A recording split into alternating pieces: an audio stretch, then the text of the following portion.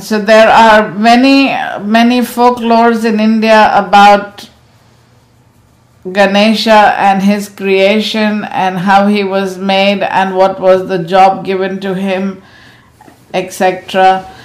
But if I cut all that out and give you all in brief, Ganesha is the image and the representation of our own higher selves.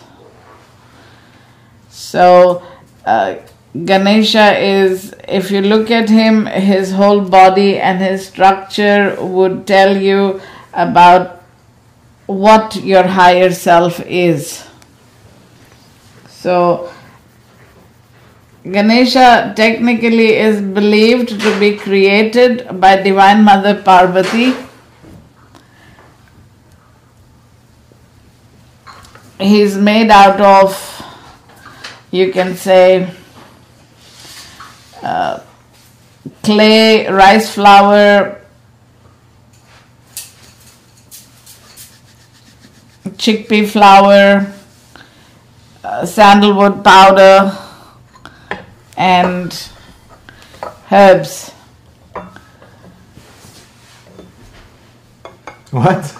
Yeah. So Divine Mother Parvati was having a bath one day, and when you bathe, there were no soaps in the god eras, So you put all this combination on your body, and you scrub your body and you clean your body. So as she and her assisting maids were scrubbing her and putting this on her, so when it came off her body, she said they were teasing her, so what will happen if somebody comes now? Because you see, in those days the toilets didn't have any doors or anything. You were just behind a sheet or behind a rock or behind a wall, whatever it may be.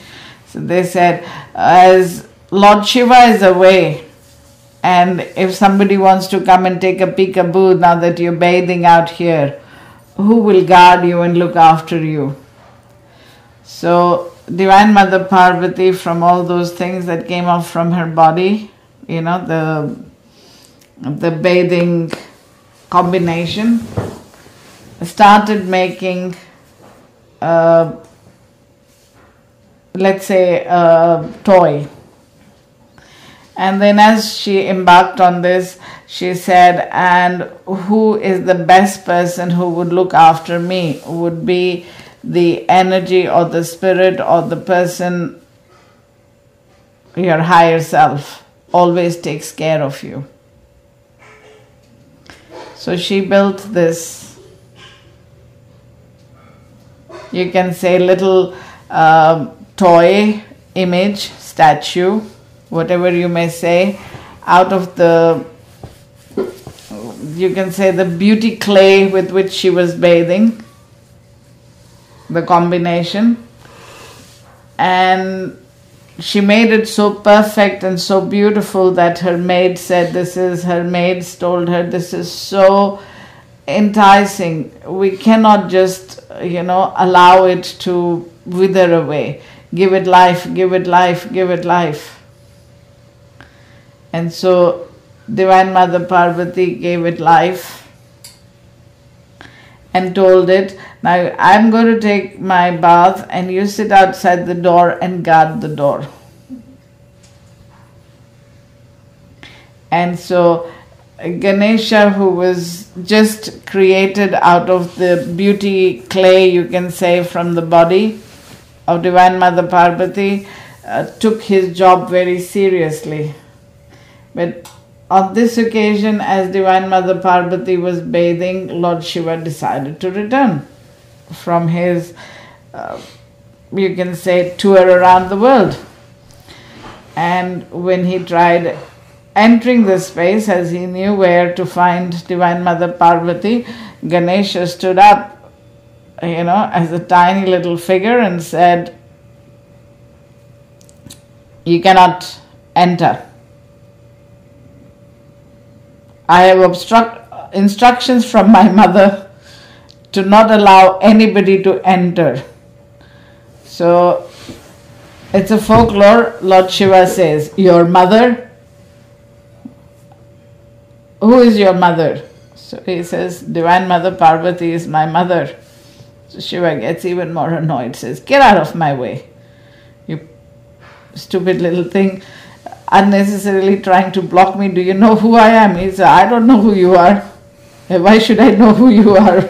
I have instructions, I'm following instructions.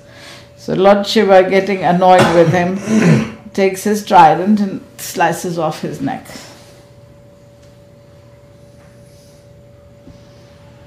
Okay? And of course goes in, and Divine Mother Parvati is like, how did he get in? Didn't my boy sitting outside stop you from coming in? So he says, your boy? How do you acquire this boy? So she told him, from the beauty clay of my body, I created a boy and I put life into him and I made him my doorkeeper. So Lord Shiva goes, oops, I've done a mistake here now. So he says, okay, I sliced off his head because he wasn't letting me come in. So Divine Mother Parvati says, very good, now you fix it. So she tells Lord Shiva that he cannot kill anything to give life to that boy, but he needs to restore life to that boy. So now Lord Shiva sends out the message across the universe that he needs a head, as he has sliced off the head of the boy. And now it is destroyed because he was only made out of clay. He wasn't really real. So out of all the people, a young elephant who was struggling for its life, about to die, says, I would give my head willingly. Which is why elephants rose up in their vibrational frequency. There was a total surrender from a baby elephant and in acceptance from the mother of the baby elephant, that the baby elephant wanted to give its head to be the head of the boy of Lord Shiva and Divine Mother Parvati as it went on. So Lord Shiva looked at the situation thinking it's very hard to find another head who was willingly giving its head away. Nobody willingly surrenders their head away, So he takes the head of this baby elephant, comes and puts it on the body of the boy. Now he had to adjust it, fix it, put the head on and put it back to life. But now as the energies of Divine Mother Parvati were already there, and then Lord Shiva put his energies in there. So Ganesha came into full life form. So the clay form also turned to like flesh and blood. He was no more a clay boy, he became a full boy. Because now Lord Shiva wanted to rectify the problem. So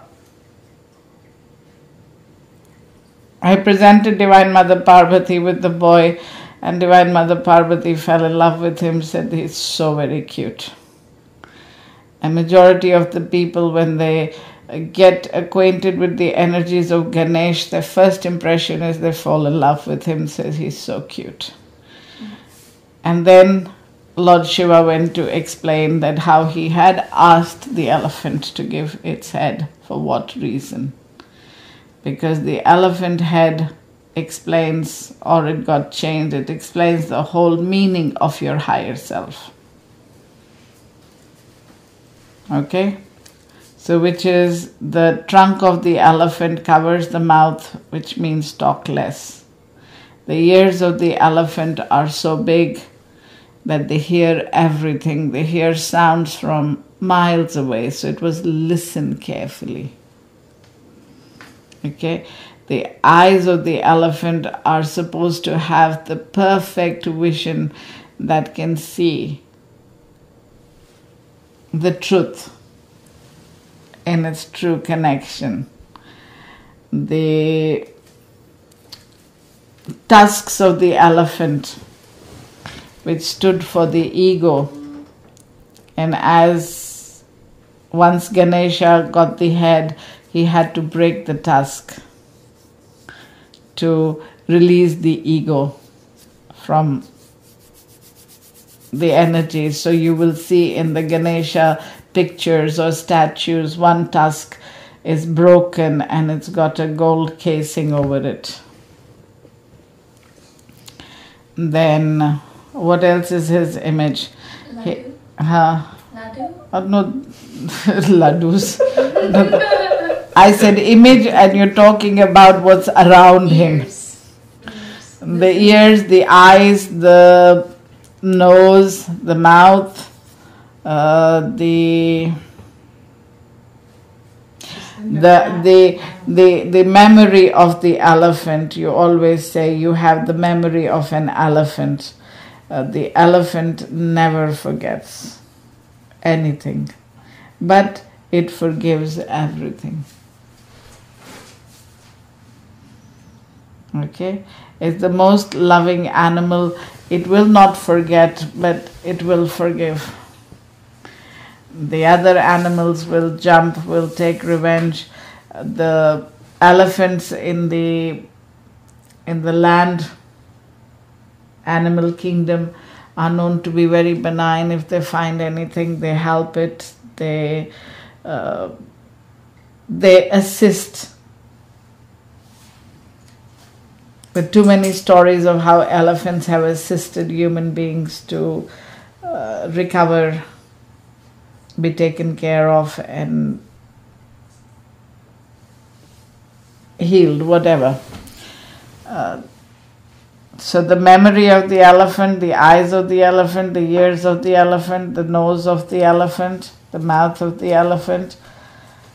And in the Ganesha statue, I already told you, the breaking of the tusk.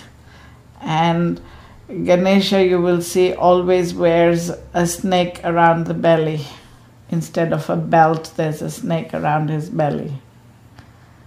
So all these things have a significance. The snake around the belly is the memory of the past, and yet holding the energy in, because made the snake benign. Lord Shiva wears it around the neck. Lord Ganesha wears the snake around his belly. So anyway, to first finish the first part of the story, as Lord Shiva gave it the head, accepted Ganesha as his son, as made by Divine Mother Parvati. So Ganesha became the older son, or the son of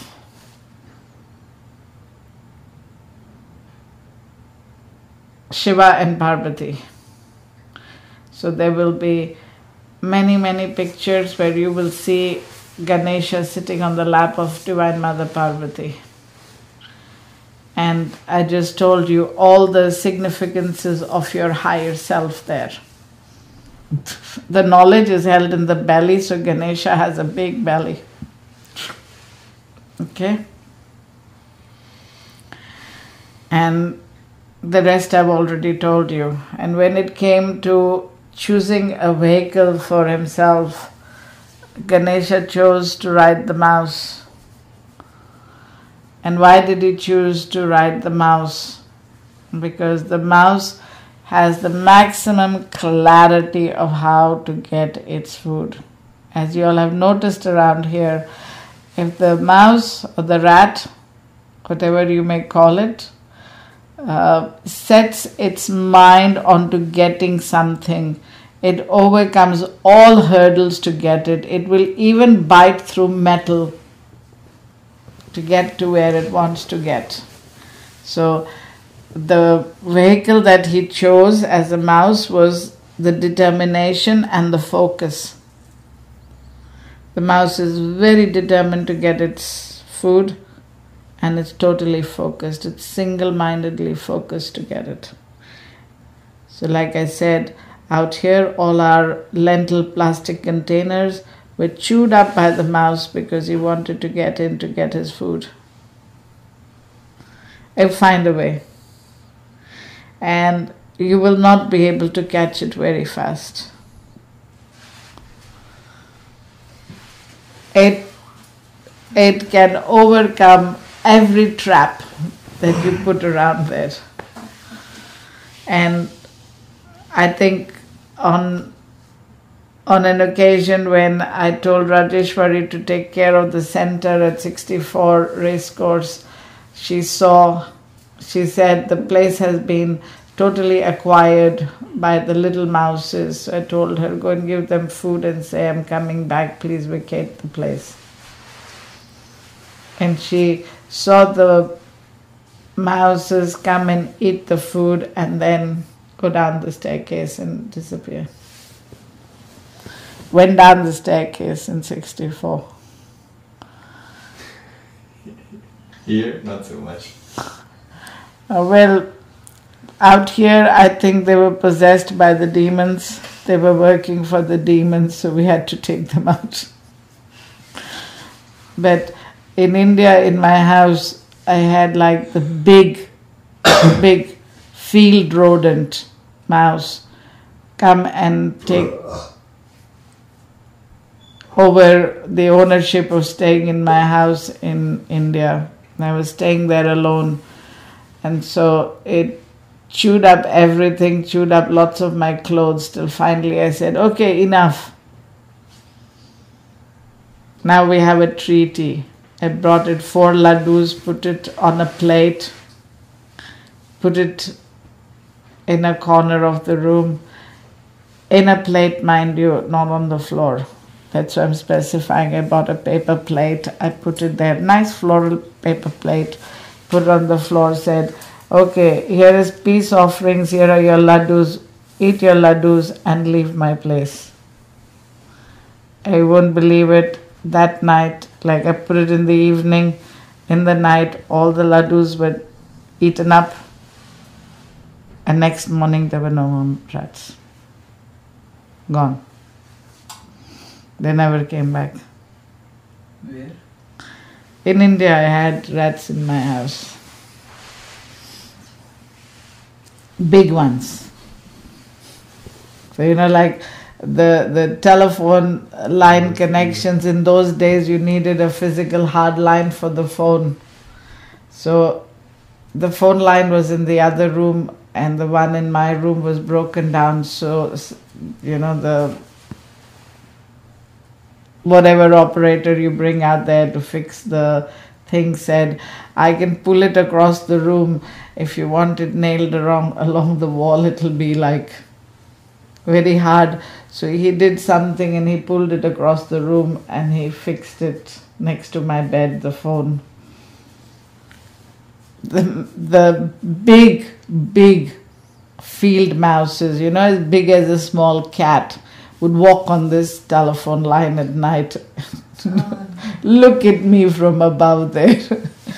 Till I said, okay, enough, out with you. And it left. But that is the fantastic thing. Most obedient. Out here, like I said, the rats in my attic were demon possessed. I gave them 2 years to become obedient. They didn't, I had to take them out. So there is all options. They could be demon possessed as well, but Ganesha rides it as a vehicle. Their determination is very clear. Yes. And what else? The Western Indians worship the Ganesha the maximum. So on the 2nd, on Monday, they will install a statue of Ganesha, just like I said, it was made from the beauty clay, the bathing clay that Divine Mother was using. They will build a clay statue, very beautiful, of Ganesha, very big, life-size, even bigger than life-size, I think much, much bigger than life-size. And majority of the road crossings will have this statue of Ganesha in Mumbai put there. And for 10 days, prayers will be conducted and songs will be sung for Lord Ganesha. And on the 10th day, they will take the statue and they will submerge it in the sea. We found one in Singapore once, remember? Yeah. I told you that this is people coming to release their Ganesha statues. Nowadays, they are not dissolvable, but these ones that these people will make specifically for this issue will be dissolvable in water. So the clay will melt away and the statue will dissolve into the sea.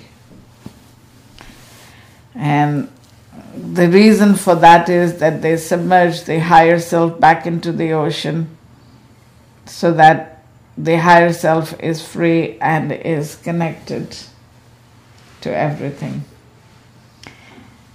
So the waters are like mobile according to them and they travel around the world, so Ganesha is free to go wherever. But Ganesha is a symbolism of your higher self. So when the rule of the prayers was made,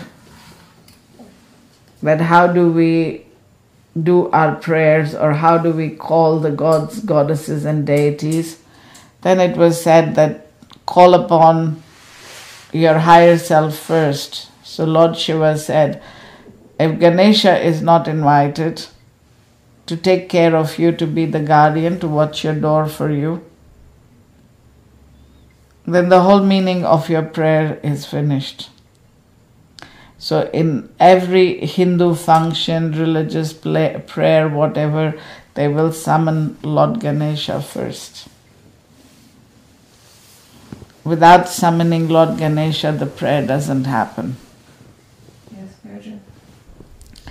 So the significance of Lord Ganesha is acknowledging your higher self and also honoring the surrender of the baby elephant who became the symbolism, who was the perfect symbolism of your higher self, like I have explained. Very sharp, piercing eyes that can see the truth to a very far distance. A memory with the maximum hard drive in it. You know, we've only reached 528 something in the phones and the computers. We still haven't matched the elephant memory. You know, might be 100 times more than our KVs that we've put there. The maximum lifespan, elephant. And like I've told you, big ears to listen to everything. A trunk, a nose over the mouth, closing the mouth so that you don't talk rubbish.